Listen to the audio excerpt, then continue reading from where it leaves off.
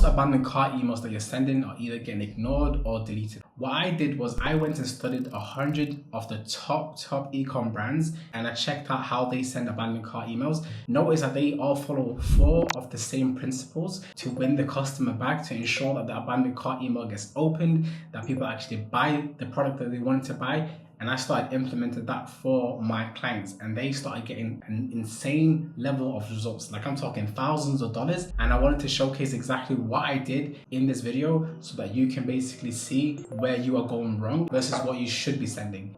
So yeah, let's get straight into the teardown. So quickly, before I get into this video, my name is Musa. I run Abu Ecom. I've unlocked thousands and thousands of dollars for my ecom clients through email marketing. We run everything from A to Z. So we come up with the concepts, the copywriting, the email designs, and the flows. We do the whole thing. But that's who I am. There's more details in the description, but we'll get straight into the video right now. So currently you're sending generic, polite, forgettable emails. That's exactly what you're doing right now. And you need to stop doing that straight away, because your subject line looks something like, hey, you left something behind. Hey, this is just a reminder. And then in your body, you'll have like the dynamic cart in there that shows people what they added to the cart. You're just hoping and praying that they should buy it. And you've got a simple CTA that says something like shop now. And the reason why this is not working and that it will never work is because you're not showcasing, or you're not really bringing people out and making people understand the pain that they were in, the reason why they wanted to buy your product to begin with, and you're not showcasing any urgency whatsoever. When you're sending out an abandoned cart email and this is how it looks like, it's just never gonna get opened, or people are just gonna delete it because it looks very generic and very basic. You wanna basically be at a level where you're standing out in an inbox that's just full of emails. So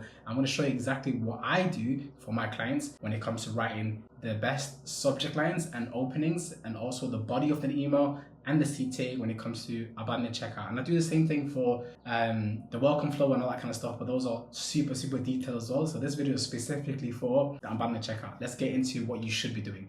So the type of abandoned checkout that you're sending out has to be super specific when you're sending it out, and ensure that it's very pain aware and easy to skim. No one likes to like read super in-depth emails about some founder's story or anything like that. It needs to be skimmable. People need to understand exactly what the pain is that they're trying to solve, and it needs to be very specific to that individual. Okay, so number one, it's a subject line. The most important thing. Without a subject line, no one's going to open your email. For example, when you were sending before about that you left something behind, or hey, you left this in your car, all those type of emails are never going to get opened. If they don't get opened, you have a 0% chance of someone buying your product or buying back that product or winning that customer back. There's like a 0% chance. So here's one that I wrote for a shit legit brand. I wrote down tired by 3 p.m. because that's the pain that people are going to be in. So when someone sees that email as a subject line, they're going to open it because they're curious, right? And they know that this is something that they've been looking at recently. Once they open it, they see something like, you used to have a second gear. Where did it go?